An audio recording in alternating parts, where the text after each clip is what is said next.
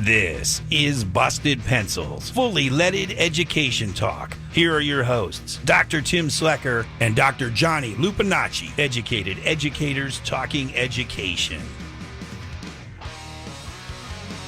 Oh, all right. It's Friday at the end of an amazing week.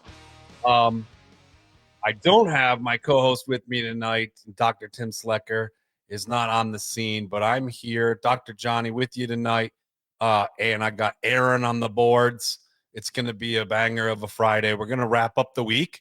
We're going to talk shop and we're going to take calls. So if you're out there and you want to call, anything you want to chop it up with, education talk, fully leaded education talk. We are educated educator talking education tonight. The number 855-752-4842. Go ahead and give us a call if you want to join the conversation. Well, usually on Fridays, we recap the week, Tim and I. So it's just going to be a Johnny recap with any callers that call in, or you know what, you're just going to get a full dose of me otherwise. And Aaron, thanks for being on the boards for us tonight. All right, so this week was it a special week, especially coming off of last week. I mean, last week is still resonating with me. I know usually our producer, Anya, on most nights, her and I are both still starstruck from the Martin Atkins joining us last week from the Post. Yeah. I loved that show. That was awesome. That was so cool to hear from him about all this. Yeah, I love it. Aaron, thanks for hopping on because it was rocking, man. I mean, that's just a legend he's a humble man. He's wise. He's got so much to offer, especially he works with people, music of all genres, right? And of all kinds of sound engineering and many things related. But he came on the show because he has a lot to offer in terms of what artists bring to education and that process and that creativity. So amazing show. If you get a chance, you can always go back and download it. It's from last week, Thursday. But this week, so that really set up and amazing conversations all week this week. On Monday, we had a really great guest, Tabitha D'Angelo, or Delangelo, I should say. I always want to say D, but it's Delangelo, the interim dean of the College of Education at College of New Jersey.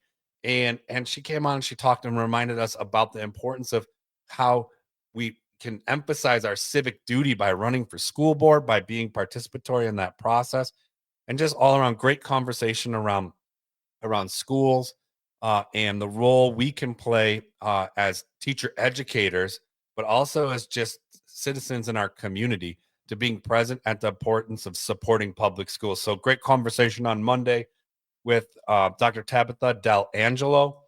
And then Tuesday, wow, man, my brain was just blown because we talk often, and it's a super important issue everywhere in the country, but especially in Wisconsin.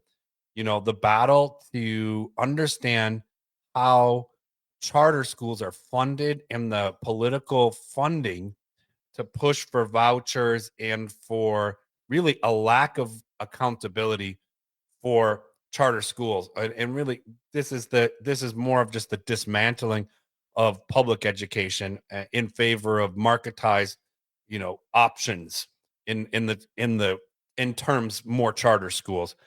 And we had some guests from Colorado. Mike DeGuerre and Jane Shirley came on the show and kind of blew my mind talking about this concept, dark money, and sort of understanding the funding behind really pushing for there to be no accountability for charter schools. In a sense, this was really important because so often where we think of things as like you're either for charters or you're against charters. Well, they're kind of came on the show and talked about how rather than be just opposed to charters, what they would really like to see in Colorado and in other places too, is at the very least accountability for charter schools. And so, the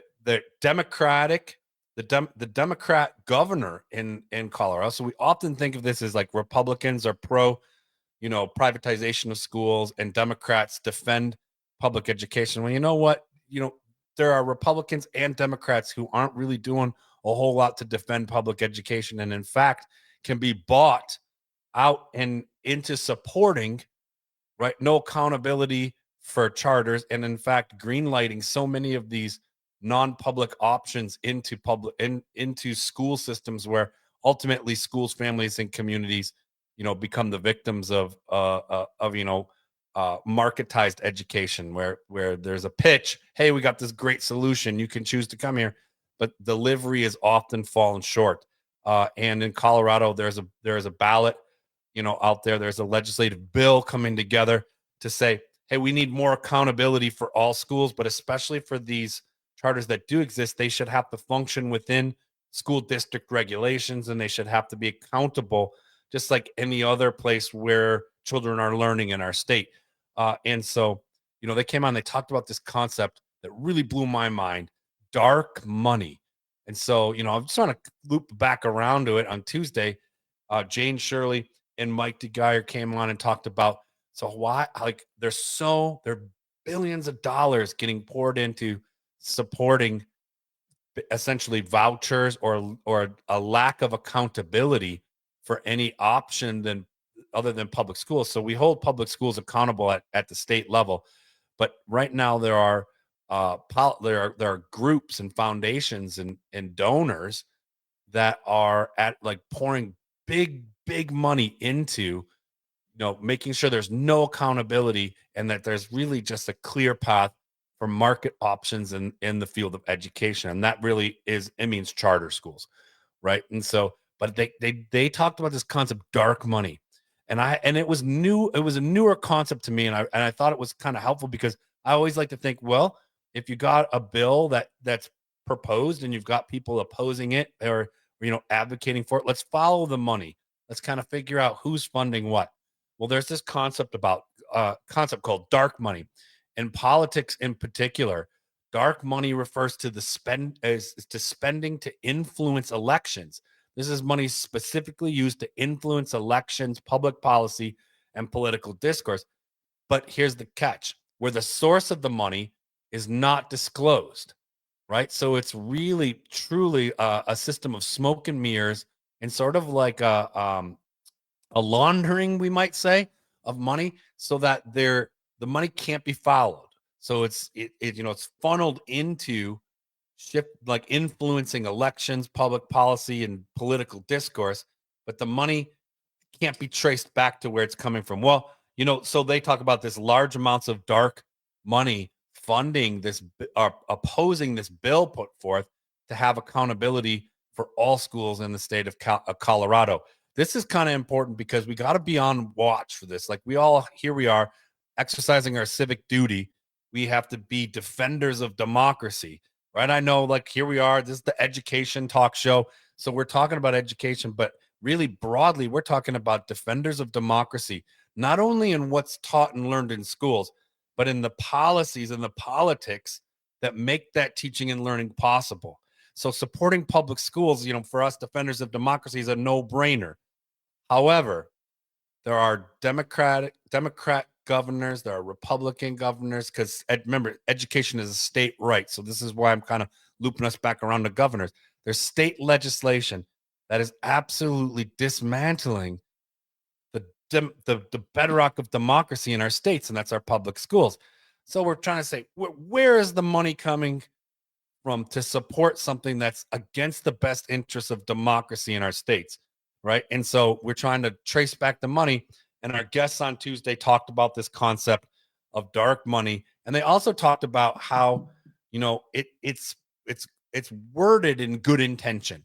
So we say things like, hey, this particular donor or this particular foundation is giving money to help improve students' learning. And that's kind of vague. Really, we have to read between the lines and see they're actually funding school choice and charters as options. That might sound in a marketing campaign as a slam dunk for education, but it's absolutely not.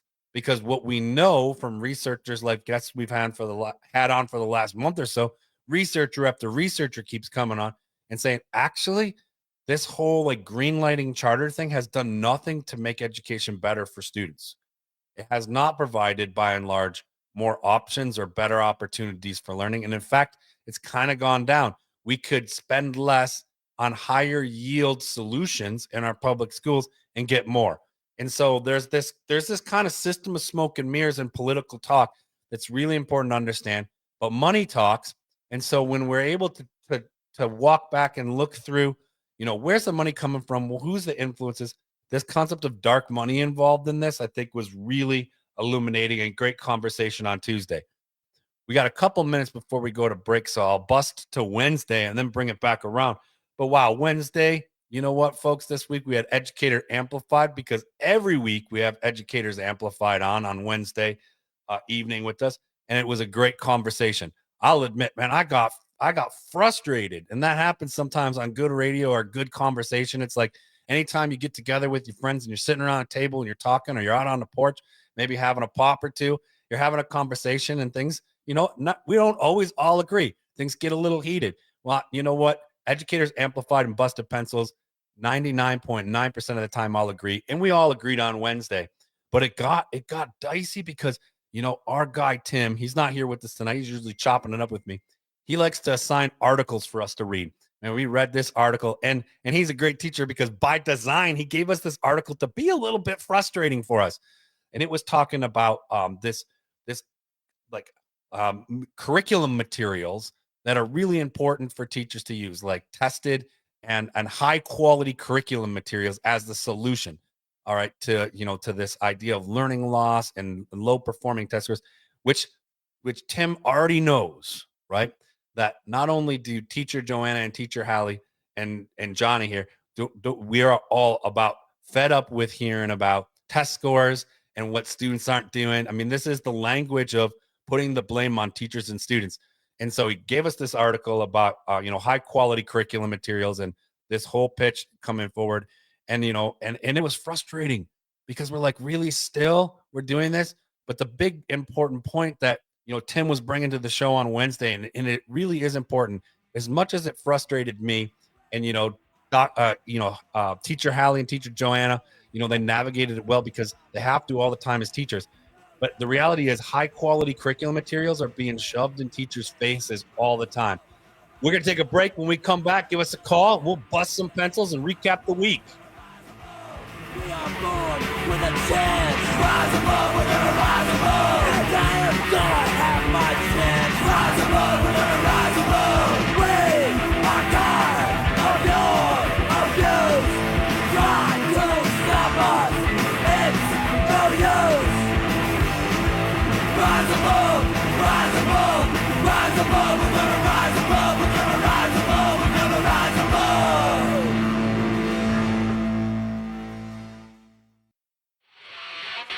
Big A, little A, bouncing B. The system I touch your body won't get me. 1, 2, 3, 4. Stand control, like gonna let it get you. Gonna be a prisoner of band stage section. So you wanna be a summer. Oh, we're back. Great tunes. Aaron on the board, throwing down some great sounds to help us transition on this Friday. Hey, it's been a banger of a week, folks. Hope listeners out there, you've had a great week and you're headed into a beautiful weekend. This is Busted Pencils, fully leaded education talk. Educated here today, talking education. You're welcome to give us a call. Give me a call, 855-752-4842, or you can drop a comment in the feed. There's a number of ways you can get at us. If you download the Civic Media app, you can always listen to all the great programming on Civic Media live. That way, of course, I'm talking about this week's episodes. You can grab them off the Civic Media website as well, or wherever you get your podcasts. But we had a lot of great content this week, amazing discussions. Right before we went to break, I was talking about how great it was, for Tim to get us all riled up on Wednesday with Educators Amplified, who always talk about the importance of being, regulated as a educator, but also, as just in general, a human being committed to their wellness. It's good to stay regulated. I got all dysregulated on Wednesday. Teacher Hallie and teacher Joanna, they navigate that with such prowess. They were able to move through it and shop about, curriculum materials that are tested and, important curriculum materials for teachers. And the really thing is, I got all riled up because I'm just overhearing it. Stop what I read is that there's something to sell teachers. There's something that's going to fix a problem in schools. And here's what we know, and we keep having researcher after researcher come on the show and share this is things. There are things that need improvement in schools. There are a lot of things we need to address. This idea that children have fallen far behind and that they're not learning in classrooms is absolutely cooked up. It's manufactured by all of these high stakes tests and these different materials that keep pushing the bar higher and higher up at what grade level young people are learning. For example, if you're thinking about, say, second grade, the expectation is really like third, fourth grade material, or it's obscured into this fact that you may be right on track for what we'd understand you to be at or want you to be at as educators in second grade. But the way that we're measuring this, we're calling students who fall under a certain test score as not proficient, but really they're just fine for where they're at grade level. And so there's a lot of misleading information out there that has led to this conversation that, hey, everyone's behind and we're doomed. And guess what? We've got this magnificent curriculum set of materials to put into the classroom, and fix the problem. The other part of what we talked about on Wednesday was this is an age old trick is just to teacher proof the classroom. So these are materials, Tim had us reading about this, promotion for these materials that are going to teacher proof the classroom. And what that means is, hey, it's going to standardize things to the point where, it doesn't matter whether, like, you might be worried that teachers are out there indoctrinating, which we know is a myth, but that's sort of the accusation. But teachers won't be able to teach what they know or need to teach at the moment. They'll have to stay on script and on pace, and these materials will help make sure they do that. Every good teacher out there kind of, is like, here we go again with this. That is just not good teaching. It's not good teaching and learning to just follow a script and be on this exact day, the exact thing on the same time, on the same day everywhere. It's just not how it works. You can't mechanize learning. And there are people out there who really push for that. That's a segue into what we did on Thursday, but I'm going to come back to all this because when I say you can't mechanize learning, well, you can mechanize a whole lot of things. And so we got back to talking about AI on Thursday, and we had, guest Tom Maloney on, and he's got some really amazing work. He calls himself a critic of AI. And I think he uses that word in a really thoughtful way. He is like hyper aware and knowledgeable of the limitations and what different AI softwares can do, especially related to how they impact our classroom. So we had a great discussion about this. And you all know, if you listen to Busted Pencils, you hear Tim and I go back and forth. We're duking it out over this one. Tim loves the AI. I'm an AI hater, right? And so we've taken sides. We're taking calls all the time. We're getting opinions on this. We're also getting researchers who come in and give us really good background information and research they're doing on AI, and specifically around AI in the classroom or AI in learning. And so we had a great conversation about that, because I'm a standby. You cannot mechanize teaching. Teaching is something that's highly relational. It's situational. It's contextual. And to my knowledge, you can correct me if I'm wrong. I mean, I'm not an expert on the technologies. I'm sort of a Luddite when it comes to this. But to my knowledge, there is yet the capacity. AI does not have the capacity to, in the moment, be responsive in situational, contextual ways with diverse learners and students. It's just not human. And so I'm not saying that a bad teacher is better than AI, but a good teacher will never be able to, AI will never be able to do what a good teacher does. And so that loops me back around. I mean, we had Martin Atkins on 2 weeks ago, and he said the same thing. He said, like he actually kind of sides with Tim a little bit more on these AIs. He told a story about, he remembers when the drum machine came on the scene, and friends called him up and said, there you go, Martin, your job is gone. You're going to have to find something else to do. You're going to be replaced as a drummer by a machine.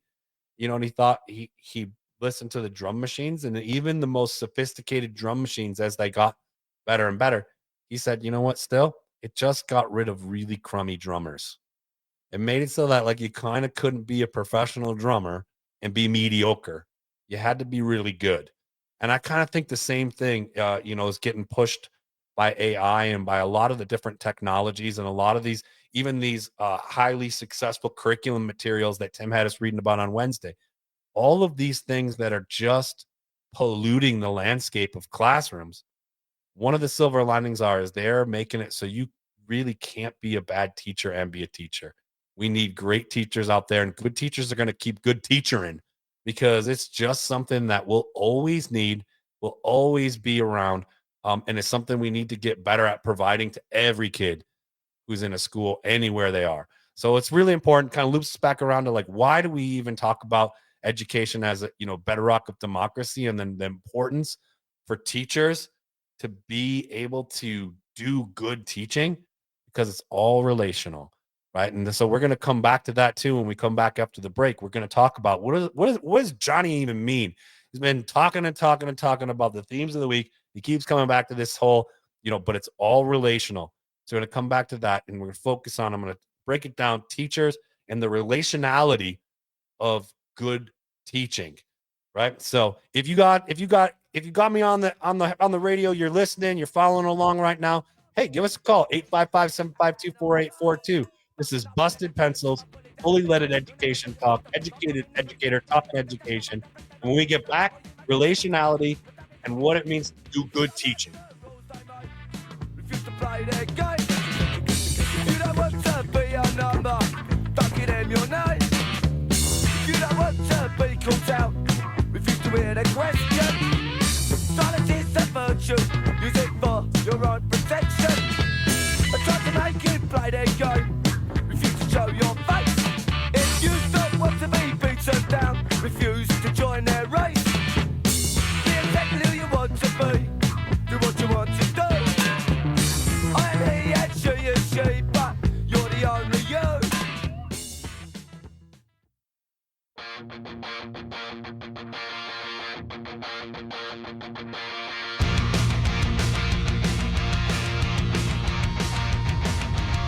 Oh yeah, we are back. It's Friday, recapping the week. Just Dr. Johnny here tonight. Dr. Tim not on the scene. Sometimes we all got to take a little break. Dr. Tim is off on a little bit of a break. Everything's all right though. We are Busted Pencils, fully leaded education talk. Educated educator here tonight, talking education. Feel free if you want to drop a line, give us a call. 855-752-4842. Give us a call. We'll get you in on the show and we'll talk it up, chop it up, whatever you want to talk about related to education or themes of the week. But when we went to the break, I talked about how I'd come back and I'd talk about that whole relationality thing, a whole idea that teaching is relational. It's situational. It's contextual. It's not mechanized. Regardless of how much we want AI to be part of our room, this still needs to be mediated and facilitated by a living, breathing being that is present with other living beings in the classroom. There will always be great teachers. We need more of them. So that kind of comes to teacher education and the whole landscape of, so what does it mean to be a teacher, to be a good teacher, to be committed to that relationality thing? And I was thinking about that because we talked about it a lot this week. Educators Amplified on Wednesday always remind us of this, really thinking about exploring outside of what is and dreaming together about what ought to be, but not just dreaming, making it happen, because that's what good teachers do is they get out there and they know what's needed in their classrooms and they get the job done. Looping all the way back around to Monday, our guest, Dr. Tabitha Del Angelo, is a teacher educator and talked about this too. The need for us to really make sure that teachers are not only recruited to becoming great teachers, but they're learning to be great teachers. And so there are times, I'm a skeptic. There are times, and our guest Tom Maloney last night talked about this too. AI kind of muddies the waters, right? It kind of makes for the possibility to assign assignments that could be AI generated response could fulfill the task, and so we want to steer away from that and be be really good teachers. And so that's why I kind of loop back around to this idea of relationality. It reminds me a little bit though of the importance of the moment, because that's something else Tom Mulaney brought up about AI is actually not really intelligent. And I don't mean that as like a slam on it. It's not human. It can't think. It can only do predictive things based on information it has. So it's not really in real time intelligent. It's just that's a marketing slogan for it. So it's artificial intelligence, right? Is something that we need to be cautious about. And one of the reasons he said we need to be cautious about it specifically, not only by a question that a caller brought in and that Tim was talking about, was it's using a chat bot to reenact, say, a historical figure has many layers of problems. One, we won't even get into it. It's like, who has the right to really say what someone who is no longer here would say? So we can only kind of speculate, and this gets kind of to be a slippery slope. We're speaking for those who are no longer with us, but it especially becomes problematic when we start to say, I'm going to share here what Harriet Tubman would say in this context, or how students can ask questions. Say the chat bot responds as Martin Luther King Jr., the Dr. Martin Luther King. So this is not only highly problematic in the sense of that, but Tom Mulaney was talking about how here we were, three white guys talking about AI. And one of the elephants in the room is that AI is actually very culturally biased, and in fact, reproducing some of the very problems that we are all committed to alleviating and eliminating. And so this idea that AI as it stands, these like language based systems, show an incredible bias against, right? They're really discriminatory. They are very much we can say part of the problem, and they're reproducing that problem at a rapid rate. So when it gets to be like, hey, can AI grade essays, or can AI review articles, can AI sort of serve this task, which in the state of Texas it actually is being put to use to grade standardized tests now. It just got kind of that's a breaking news as of last week that that elementary, middle school, and high school student essays being written are graded not entirely by AI, but that a certain percentage, and it's a large percentage, would be graded by AI and sort of then compared to the human sort of grading version and calibrated as such. But that's really problematic. One, because if I'm a student and I'm writing an essay, who's reading it? Nobody. If it's AI, it's not even, so it's like, are we really showing kids that their work matters if it's not going to be, remember I talked about this before the break, relational? It's not part of that relationship. This is going to be another meaningless task. So you know what I said to that? Why not just have them have AI generate it? We'll just have AI generate the essay, AI grade the essay, and then it's done. The human is no longer even important in the process, and what's learned and what's lost, is a big problem. And so like I'm kind of really skeptical of this AI stuff. But especially around the way when I didn't realize, and I should have known, it's pretty obvious.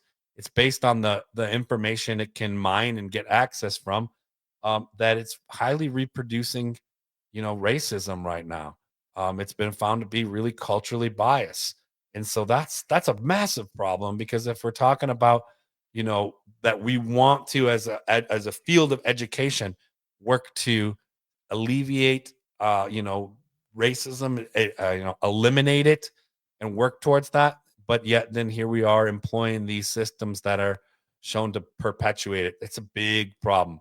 So, teaching is kind of, it's an exciting time and an important time to be thinking about being a teacher, or to be learning to be a teacher, or to be a teacher. In 1963, James Baldwin, wrote an important essay. Well, actually, it was published as an essay, but it was given as an address to teachers and school leaders. And in a talk to teachers, James Baldwin gave a really timely quote to this. And he said, "Let's begin by saying that we are living through a very dangerous time. We are in a revolutionary situation. No matter how unpopular that the world has become, that word has become in this country. A society in which we live is desperately menaced from within. To any citizen of this country who figures himself as responsible, and particularly those of you who deal with the minds and hearts of young people, must be prepared to go for broke. Or to put it another way, you must understand that in the attempt to correct so many generations of bad faith and cruelty, when it is operating not only in the classroom but in society, you will be met with the most fantastic, the most brutal, and the most determined resistance. James Baldwin, 1963, telling teachers, there might not be a more important job, but don't get the job misunderstood. It's not only a hard and important job, but it's one that is going to be under massive attack. And unfortunately, that has held true. That teachers that are out there doing good teaching are constantly under fire, whether it's really important curriculum that's being imposed on them, and I put quotes around really important, whether it's dark money getting poured into green lighting private charters and going against public schools, whether it's AI being introduced in irresponsible ways into classrooms. All of these things not only harm the landscape of what constitutes our public schools, but they directly harm children, and they directly harm the people working on the front lines to help those children be learners and teachers. So, I'm really reminded that, like, teachers out there doing great work, that work will be met with the most fantastic resistance. Hopefully, one thing we're trying to do here at Busted Pencils, and I know a lot of other people out there are trying to do the same thing, Educators Amplified does this, is we are trying as hard as we can to be the opposite of that fantastic resistance that you're feeling. If you're a teacher, we're working, and there are networks of people all over doing this work, but we're trying to every day, at the very least, acknowledge that you're on the front line doing really important, irreplaceable relational work, and that's stuff that hopefully each theme and each guest speaks to. But if we don't, we recap and come back around to it and say, you know what? If we're going to have a strong democracy, we got to have strong schools. And the only way to have strong schools is to have really great teachers.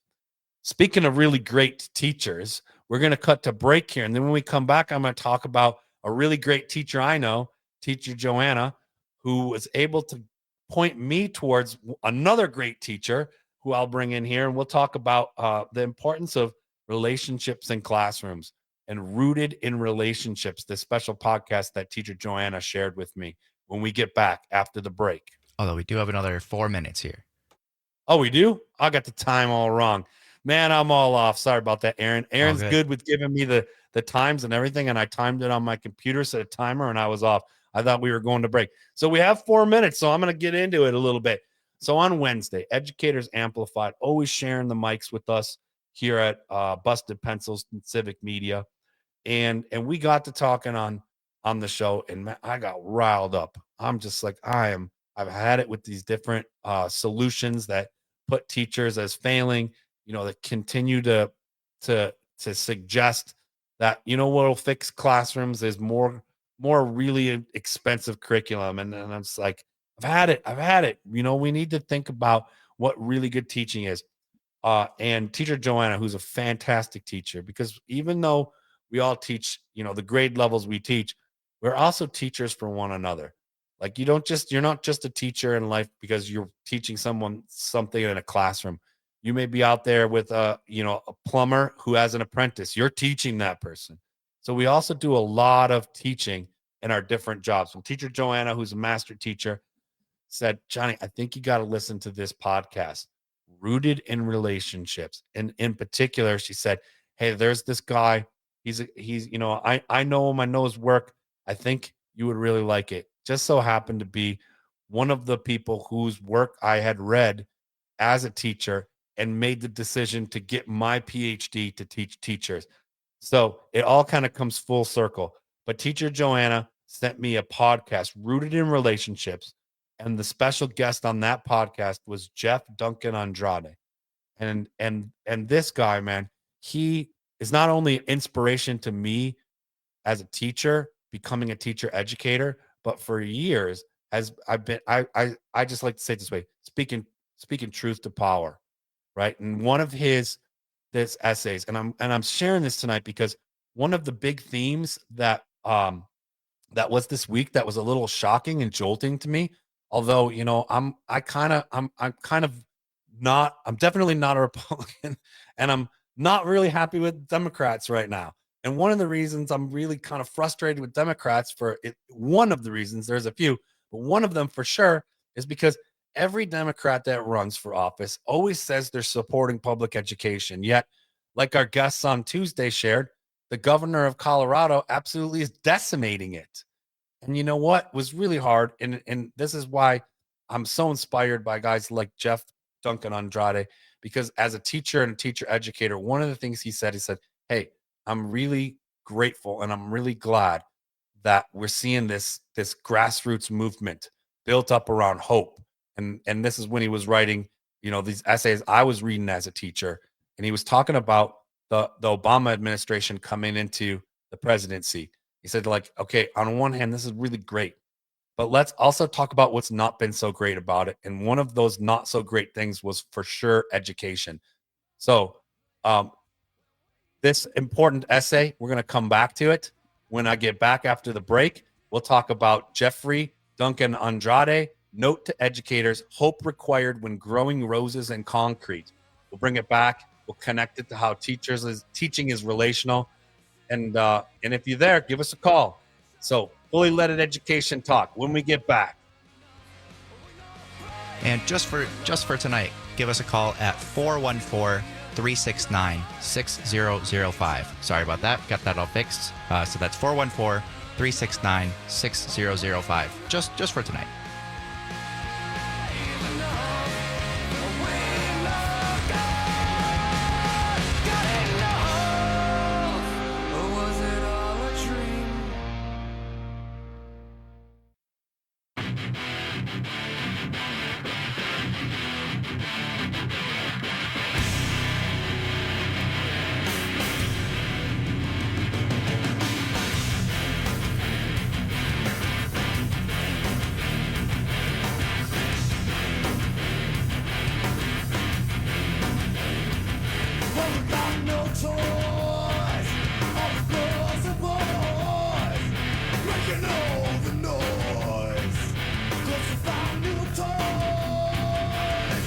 Oh yeah, we are back with the last segment here. End of the week. It's Friday. Busted Pencils, fully leaded education talk. Educated educator here, talking education. Dr. Johnny here. And we had a little bit of a mix up with the phones. If you want to give us a call, 414-369-6005. That's just a number for tonight. Aaron has a patch he's got to work around. And we have LA Tom on the line.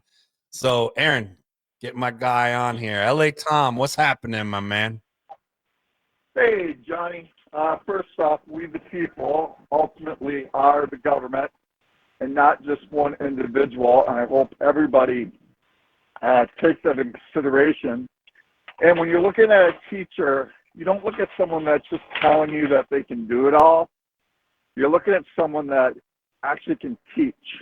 And I think that's really important for ourselves as a country. And I think also what the difference is between a teacher and AI, and this is something AI will never have, is the fact that a human being has a soul. And I don't care, they did an experiment with little Albert, I think it was, where they put him up in the attic and didn't touch him, did not come near him, or whatever, and he ended up dying because of the fact they didn't have that human contact. And I think it's really, really important that we have that human touch, that we have that human ability not to just teach in one way. I teach every day, but I teach in terms of how it is that I take care of my customers. I explain things to them, but I teach them. And I love teaching. In fact, I would have probably been a teacher like my other 5 brothers and sisters that were teachers. But I didn't go into it because at that time it was very difficult for, I guess, a gay person to go into teaching, or so I thought. So I never went into it. But I also have been a football coach. I have also taught. I love to teach. In fact, if I ever retire, then, I probably have thought about going back and, being a teacher, because I think it's really, really the most important job. I think it's the most underpaid job. I think it's the most underserved job. And I think it's something that we have to look at and say, again, we have to fix this problem with thinking that government is bad and look at government as actually being good. And we should be able to say, we have some good government teachers. We have some good, we the people, taxpayer-funded teachers. It doesn't mean that the people own the teachers, like some people think. It's the fact that we actually put the emphasis in education in our future in the kids, that because of that, we are willing as a society to put our money towards something that we say is our most valuable resource, and that's our children, and that's the future. So I really think that's one thing AI will never be able to do. I don't think I'm saying this just because, I'm not forward thinking, or I'm not, Right. Yeah. Progressive in my thoughts. I'm talking about human. Everyone is getting more and more to this no contact with other people, whether it's on your when you call and you get a automated voicemail or whatever it might be. And the thing is, the more contact that we do not have with each other as human beings, I think it's going to be the downfall to the human race.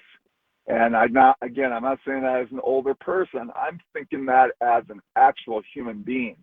And I hope people really start realizing that, go and say hello to your neighbor. Teach your neighbor. Teach your neighbor about we the people being the government. Teach your neighbor about the fact that we need to get money out of politics. Teach your neighbor about democracy in a way that is not over their head, but in a way that you can actually talk about things, at a very understandable level, the way Tim and Johnny do each day on Busted Pencils.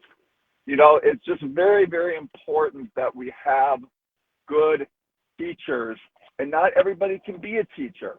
The thing is, you have people out there that have gone to school that are actual professionals, just like a doctor, just like a lawyer, just like whatever. And people need to respect the teaching profession, because these people actually have worked their butts off to understand the human being and the humanality between people.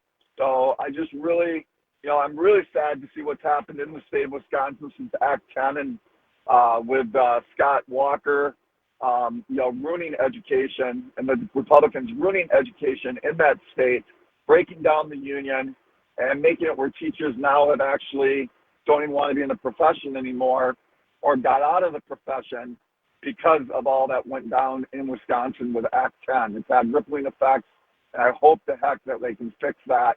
And I hope, Tony Evers, you're listening, and you can start actually fixing the problem rather than adding to the problem with having the charters and et cetera. So, Johnny, thank you so much. I kind of went on a Thank you, tangent Tom. again, No, we appreciate but, it. I really feel passionate about it. So thank you. Absolutely. Thank you, LA Tom, for calling. If you want to give us a call, we got a couple minutes, 414-369-6005. A special number for tonight only. It's a workaround patch because we had to get you directly lined into the studio that we're at tonight. Man, LA Tom, always calling in, and it's always a blessing. It's always great. Appreciate you sharing, and appreciate your passion for education, for democracy, and for exactly what you said, that like highlighting that really great teaching is happening all over the place, but that classroom teaching is a calling. It's also a craft. It's also something people learn to do, and it is absolutely essential in our government. That's a good thing. Tom reminds us, right? Like, government is what we make it. It's an incredible thing to have a democracy. And so, but it's only as strong and it's only as good as we put into it. So that's really important. And I'm going to loop that back around because we were talking about great teaching. We were talking about Educators Amplified on Wednesday. Teacher Joanna sharing a really helpful podcast with me, rooted in relationships, which remind me of one of the people who inspired me to be an educated educator in his essay, Note to Educators, Hope Required When Growing Roses in Concrete by Jeffrey Duncan Andrade. And he was really critical of hope in the Obama campaign and what Obama and Biden brought to education. And at the end of the day, this is a quote from his essay, at the end of the day, effective teaching depends most heavily on one thing: deep and caring relationships. Join us next week. Busted Pencils. Thank you for listening. Fully Leaded Education Talk.